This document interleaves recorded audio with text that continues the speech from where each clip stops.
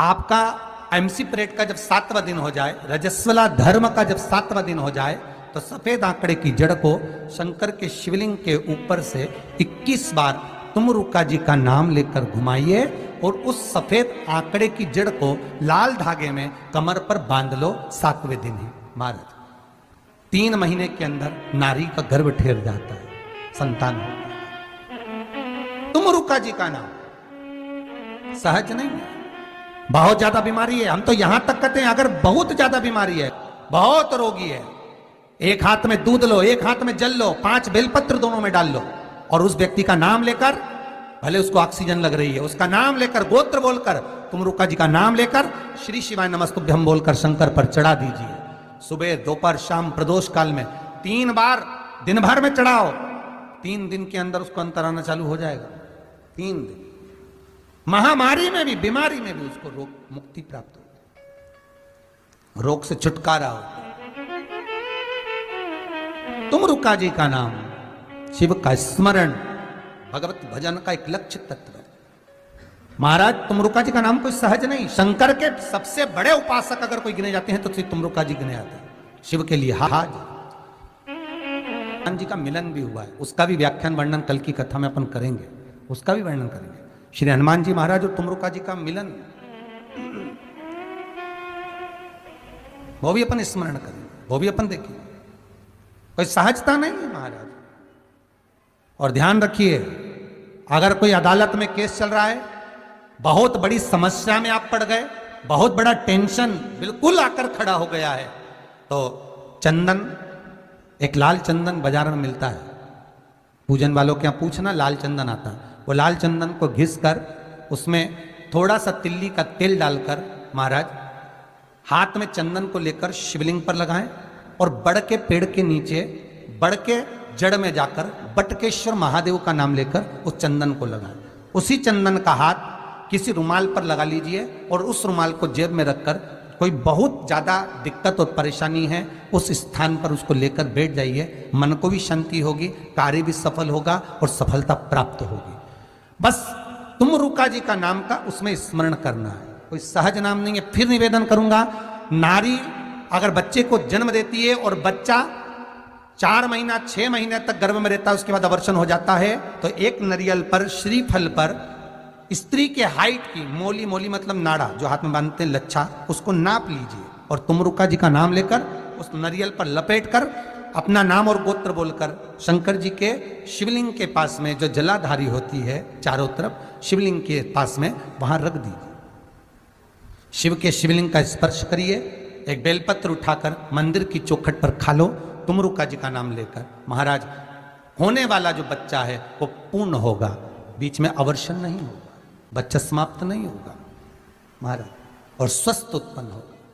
ये तुमरुका जी का नाम जीवन में सुख की अनुभूति कराने वाला है, आनंद की अनुभूति कराने, सहज नहीं है। शंकर का अनुमोदन, शिव का स्मरण, स्वयं शंकर और पार्वती भगवान आनंद के साथ में चलते हैं और शिव महापुराण की कथा को श्रवण करने के लिए पहुंचते हैं। शंकर भगवान की कथा सुनने के लिए जब पहुंचे, आनंद में विराजमान हुए और कथा तुमरुका जी प्रारंभ करते हैं। चंचुला देवी भाव से श्रवण करती है। अखंड सौभाग्य को पाने के लिए माता चंचुला देवी इस पावन कथा को सुनना चाहती है, पावन चरित्र को सुनना चाहती है। पार्वती जी बर्तन रखने के लिए बाहर आई, वहीं से महिषासुर निकल कर जा रहा है और महिषासुर ने मां जगत जननी जगदम्बा दुर्गा भवानी को देख लिया। इतनी सुंदर थी मां, मेरी मां जगत जननी इतनी सुंदर, देख लिया। और महिषासुर ने कहा, अरे ओ सुंदरी, मैं तुझे अपना बनाना चाहता हूं। और मां ने तिरछी दृष्टि कर कर, बड़े बड़े नयन, सुरमा लगा हुआ, नाक में नथनी, लाल बिंदी, केश खुले, कानों में कर्णफूल, गले में हरवा, कमर करधनिया, सुंदर लाल वस्त्र मेरी मां जगत जननी पहनी। और मां जगत जननी ने देखकर गुस्से में लाल होकर मां शंकर भगवान विष्णु भगवान से पूछे, बताओ अब क्या करना है? भगवान विष्णु बोले, अब कुछ नहीं करना, आग लग गई, चिंगारी पहुंच गई, अब कुछ नहीं करना, अब तो महिषासुर गया, अब गया। और इतने में महिषासुर हंसने लगा। 33 कोटि देवता आकर मां जगतजननी के आदर करने के लिए, शक्ति को प्रकट करने के लिए स्तुति करने लगे। तेरे भक्त जनों पर माता भीड़ पड़ी है भारी, दानव दल पर टूट पड़ो मां करके सिंह सवारी। सो सिंगों से तू बलशाली, अष्ट भुजाओं वाली, दुखियों के टुकड़े निवारती। ओ मैया हम सब उतारे तेरी आरती। अम्बे तू है जगदम्बे काली, जय दुर्गे अकबर वाली। आओ से गाए आरती। ओ मैया हम सब उतारे तेरी आरती। जय हो।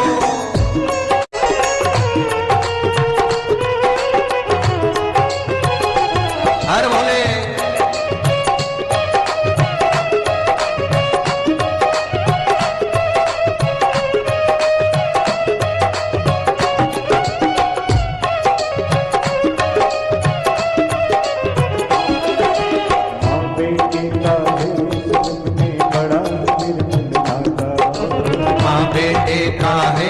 जग में बड़ा ही सुंदर नाता माँ, बड़ा ही सुंदर नाता माँ, बड़ा ही सुंदर नाता माँ। पूत कपूत स्नेह पर, पूत कपूत स्नेह पर माता सुनी तुम्हारी, सब पे करुणा दर्शाने वाली, अमृत बरसाने वाली, दुखियों के टुकड़े निवारती। ओ मैया हम सब उतारे तेरी अम्बे तू है जगदम्बे काली, दोनों हाथों से परवानी, तेरे ही होने गाए आरती। ओ मैया हम सब उतारे तेरी आरती। हर भोले। मां जगतजननी जगदम्बा ने देखा मुड़कर, महिषासुर ने कहा मैं तुझे अपना बनाना चाहता हूं। क्रोध में लाल हो गई मां, सिंह को बुलाया और शेर को बुलाकर कहा मैं तुझ पर चढ़कर, पैर पर चढ़कर जब कूदूंगी इस महिषासुर को मारने के लिए, सिंह तू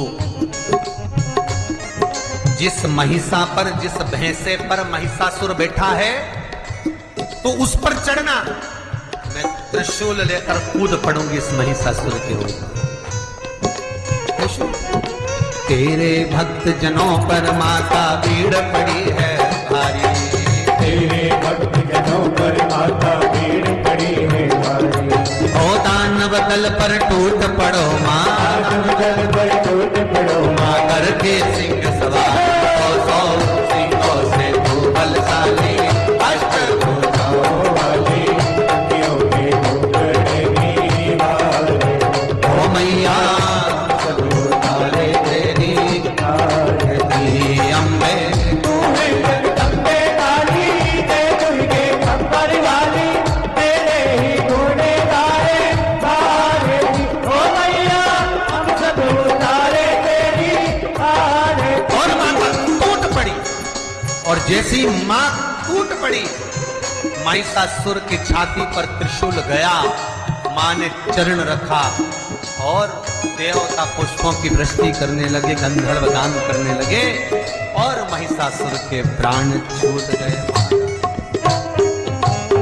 सारे देवताओं ने मां जगतजननी की स्तुति करी है। हे मां मन मेरा मंदिर, आंखें दिया बाती, होठों की है तालियां, बोल बोल बाती, बोल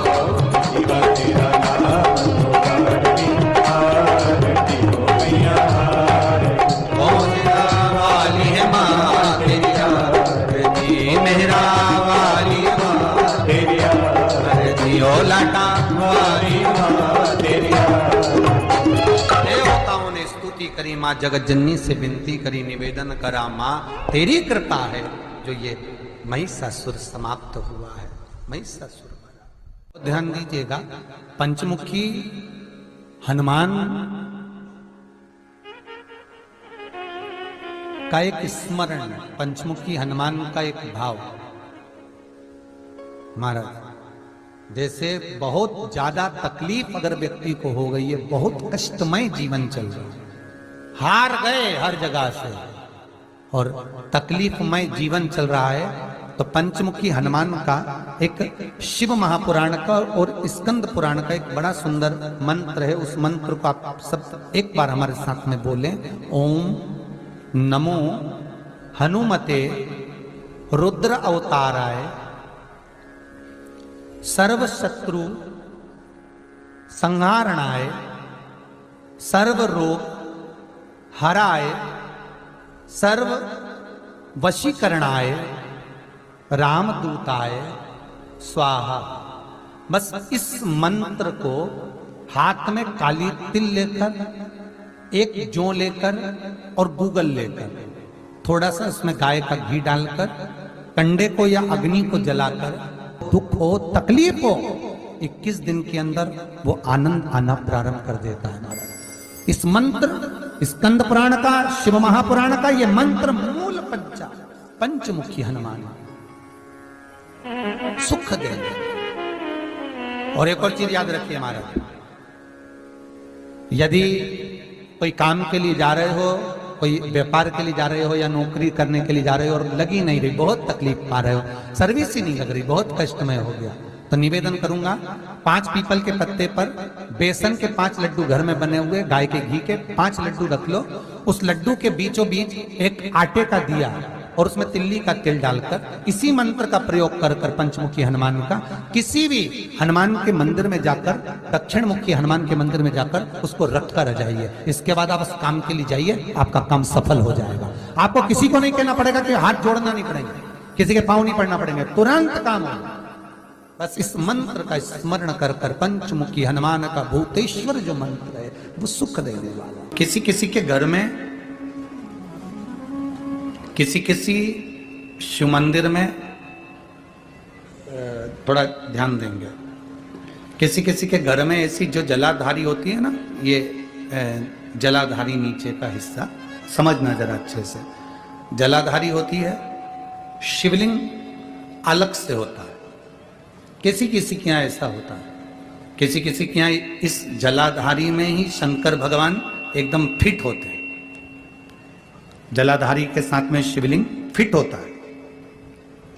और किसी किसी के यहाँ पर जलाधारी होती है तो शिवलिंग उठ जाता है, रख दिया जाता है, साफ कर कर वापिस शिवलिंग को रख दिया जाता है या स्नान कराया जाता है तो शिवलिंग रखा जाता है।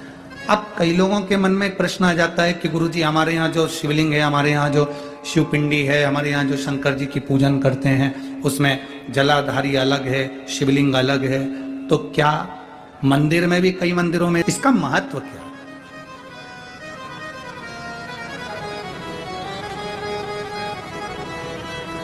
पहले तो अच्छे से समझ लो उसको। चाहे तुम्हारे घर में पूरा शिवलिंग बना बनाया हो वो भी श्रेष्ठ है, चाहे तुम्हारे मंदिर में, घर में जलाधारी अलग हो और शिवलिंग अलग से रखा हुआ हो वो भी श्रेष्ठ है। बस अंतर एक है, केवल एक अंतर उसमें भारी है। कौन सा अंतर भारी है? कि जो शिवलिंग फिट है, जो शिवलिंग उसमें लगा हुआ है, उसकी आप आराधना कर रहे हैं, उसमें आप जल चढ़ा रहे हैं, भक्ति कर रहे हैं, आराधना कर रहे हैं, उसका भी फल पूरा मिलेगा। जो शिवलिंग अलग से है, उस जलाधारी पर रखा हुआ है, उसकी आराधना कर रहे हैं, उसका भी फल पूरा मिलेगा। पर अंतर इतना आता है कि जैसे जो फिट शिवलिंग है जलाधारी के साथ रखा हुआ, उस पर